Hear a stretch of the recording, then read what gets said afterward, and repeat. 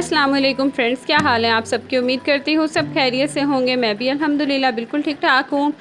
तो लास्ट कुछ व्लॉग्स में तो मैंने आपको बड़ी मोटिवेशनल स्पीकिंग मतलब की बात की और आप लोगों को बड़ा वो किया, पुशअप किया कि ऐसे काम करना चाहिए। लेकिन उन 2 वीडियोस के बाद मेरी अपनी हालत इतनी ख़राब हो गई ना, तबीयत एकदम इतनी डाउन हो गई कि यकीन करें सारा दिन बस मैं लेटी ही रही और कोई काम नहीं मैंने किया।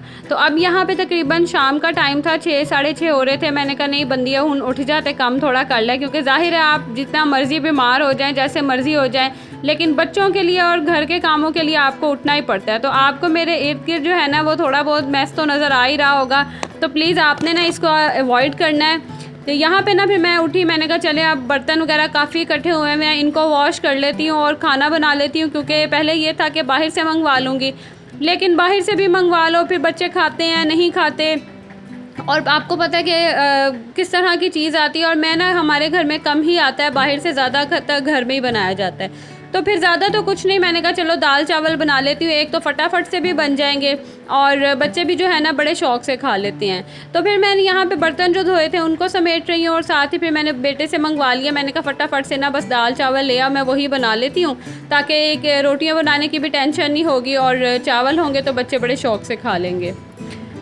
तो यहाँ पे फिर मैं चीज़ें वगैरह निकाल लूँगी, दाल उसको अच्छी तरह फिर मैं धो लूँगी और उसको फिर पकने के लिए रख दूँगी। और इसके अलावा ना मैंने आप लोगों के साथ शेयर करना था कि जब मैं यूट्यूब तो मैं बहुत अरसे से देख रही हूँ, यकीन करें मैंने पता नहीं किन किन को सब्सक्राइब भी किया हुआ है, और मैं बड़े शौक़ से जो है ना व्लॉगिंग चैनल्स देखती होती थी और मुझे बड़ा शौक़ था कि मैं ख़ुद भी बनाऊँ। लेकिन मुझे इतनी टेंशन होती थी, मैं कहती थी इतने खूबसूरत लोगों के घर हैं, इतने मतलब उनका जो है वो लग्जरियस सा जो है वो लाइफस्टाइल है और इतनी अच्छी अच्छी वो चीज़ें दिखाते हैं, और हम जो मिडिल क्लास फैमिलीज़ होती हैं, हम लोगों ने कभी शाज़ो नादिर बाहर जाना या बच्चों को लेके आउटिंग पे जाना या उसके अलावा जो हमारी नॉर्मल रूटीन होती है वो वही डेली के रूटीन के काम होते हैं, वही सब है। तो मुझे होता था कि पता नहीं कैसे कैसे लोग कमेंट्स करेंगे, बातें करेंगे, तो इसी डर से ना फिर मैंने वीडियो नहीं बनाती थी।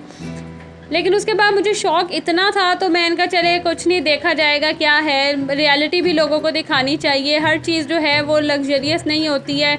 आपको पता है कि आजकल के जो हालात हैं, इंसान अपनी तरफ से तो कोशिश करता है कि अच्छा रहे, अच्छा बने। तो मुझे बड़ी टेंशन होती थी। उसके अलावा मैं कहती थी लोग ये ना कहें कि कैसा छोटा सा किचन है और इस तरह की ना बातें ना करें, लेकिन इतना मुझे शौक़ था। मैंने कहा आप कहते हैं ना शौक़ का कोई मूल नहीं होता, तो वही बात है। फिर मैंने कहा चले स्टार्ट करते हैं, बनाते हैं, देखते हैं क्या होगा। लेकिन अल्हम्दुलिल्लाह आज तक जो है ना मुझे कभी कोई बैड कमेंट नहीं आया, और इतने अच्छे मेरे सारे सब्सक्राइबर्स हैं ना कि मैं यकीन करें बहुत ही थैंकफुल हूँ आप सबकी। बीच में होता है कि कभी ना कभी आ जाते हैं, लेकिन खैर वो एक आधे से कोई फ़र्क नहीं पड़ता है। और जो रियलिटी है ना, अगर इंसान उसको एक्सेप्ट करता है और उसमें खुश है ना, तो फिर कोई भी किसी तरह की भी बात कर ले आपको कोई टेंशन नहीं होती है। अल्हम्दुलिल्लाह मैं अपने घर में बहुत खुश हूँ और जो है अल्लाह का दिया उसमें भी बहुत खुश हूँ। तो मुझे टेंशन तो नहीं है किसी की बात की, लेकिन आपको पता है कि जब बाज़ औक़ात कोई इंसान बात कर दे तो फ़ील तो आपको पता है फिर हो ही जाती है। लेकिन अल्हम्दुलिल्लाह बहुत ही अच्छी जो है ना वो मेरी यूट्यूब फैमिली है, और ऐसे मेरा दिल किया, मैंने कहा चले आज ना मैं आपके साथ शेयर करती हूँ। क्योंकि देखिए हर इंसान लग्जरियस लाइफ नहीं जीता। हम जो मिडिल क्लास लोग होते हैं, हमारी नॉर्मल सी रूटीन होती है और वही हमारी लाइफ होती है, और हम उसी में जो है ना वो मगन रहते हैं और खुश होते हैं। खैर बातें शातें तो बहुत हो गई। तो यहाँ पे ना फिर बेटे को भूख लगी थी, उसको मैंने फिर फीडर बना के दिया, क्योंकि खाना बनने में अभी थोड़ा टाइम था। और ये फीडर पी के तो बड़े मज़े से मेरे पास लेके आया कि मम्मा ये ले लो, रख लो। मैंने पी लिया, और मैं जब पकड़ने लगी हूँ तो लेके वापस भाग गया।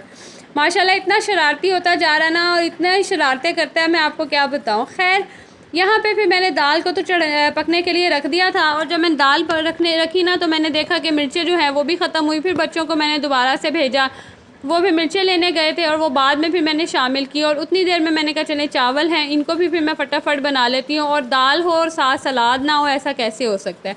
और गर्मियों में तो वैसे ही ठंडी ठंडी सी सलाद वगैरह खाई जाए ना तो बड़े मज़े की लगती है। तो फिर मैंने फटाफट से जो है यहाँ झटपट जो तैयारियाँ की, क्योंकि हम लोग खाना खा लेते हैं तकरीबन 7:30-8 बजे तक ना, तो मेरी कोशिश थी कि तब तक खाना रेडी हो जाए। तो फटाफट से जो है फिर मैंने यही बनाया, और दाल जो है यहाँ बन के रेडी हो गई है, और साथ ही जो है वो चावल भी रेडी हो गए। तो भूख सबको इतनी लगी हुई थी ना कि मुझे टाइम ही नहीं मिला कि मैं कोई क्लिप और ले सकूं।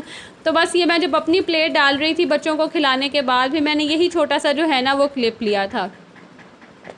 तो खाना शाना फिर खा लिया, उसके बाद चीज़ें वगैरह मैंने कहा चलें वो भी समेट लेती हूँ, क्योंकि अब उठ तो गए हैं और आपको पता है कि करना भी अभी है, अभी भी खुद करना है, बाद में भी खुद करना है।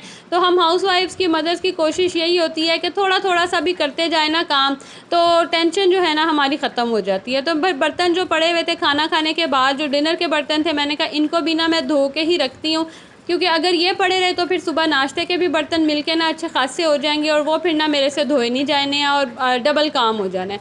तो हिम्मत करके थोड़ी बहुत ज़रा अपने आप को मोटिवेट करके अपनी ही वीडियोस देख के मैंने कहा चल बंद थोड़ी मोटिवेट हो जा, लोगों को बड़ी मोटिवेट कर रही है तो थोड़ी सी ना खुद भी हो जा।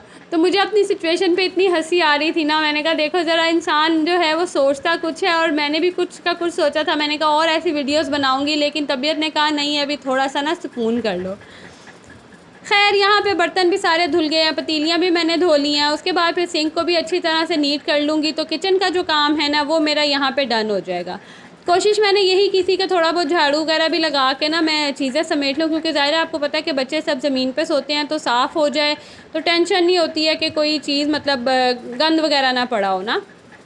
तो उसके बाद फिर मैंने छोटा मोटा जो सामान इधर उधर पड़ा हुआ था, चीज़ें बिखरी हुई थी, वो सारी मैंने फिर समेटी और हल्का हल्का सा मैंने ऊपर से झाड़ू लगा लिया था, क्योंकि रात का टाइम था तो इतनी डीप क्लीनिंग तो मैंने नहीं की। बस इतनी मैंने सफाई की थी कि ये जगह जो है ना, ये कारपेट और यहाँ पे जो थोड़ी बहुत डस्ट है या कचरा वगैरह पड़ा है वो सारा वो हट जाए, ताकि फिर बिस्तर बिछे ना तो उलझन ना। और मुझे इतनी उलझन होती है ना कि ज़रा सा भी रात को सोते हुए बेडशीट वगैरह पे कुछ हो तो मुझे बहुत उलझन होती है। और मैं कोशिश यही करती हूँ कि लाजमी डेली ना सोने से पहले बेडशीट को अच्छी तरह से झाड़ के हर चीज़ को, तो फिर जो है ना वो बच्चों को भी सुलाऊँ और ख़ुद भी सोऊँ। तो यहाँ पे जो है फिर मैंने फटाफट से झाड़ू लगाया और चीज़ें सारी मैंने फिर समेटी। फिर रूम जब क्लीन हुआ ना तो थोड़ा जान को सुकून आया और ख़ुद ब खुद जो है ना सफाई देख के जो तबीयत जो है वो थोड़ी बहुत सेट होना शुरू होगी, लेकिन अभी बिल्कुल परफेक्ट नहीं हुई थी। बस क्या करें, ऐसे ही है। वो कहते हैं ना एक एज के बाद जो है आपको ख़ुद नहीं पता चलता कि आपकी बॉडी में कैसी कैसी वीकनेस जो है वो हो जाती है। तो कमरा जो है ना बस सरसरा सा मैंने ऊपर से क्लीन कर दिया, बेडशीट वगैरह झाड़ दी, सारा साफ़ कर दिया। तो यहाँ से जो है फिर बिस्तर वगैरह बिछाएंगे बच्चे और सोएंगे। तो ये जो है आज का छोटा सा मेरा व्लॉग था। उम्मीद करती हूँ कि आपको अच्छा लगा होगा। अच्छा लगे तो लाइक ज़रूर करना है। अब आपसे मिलूँगी अगली वीडियो में। अल्लाह हाफ़िज़।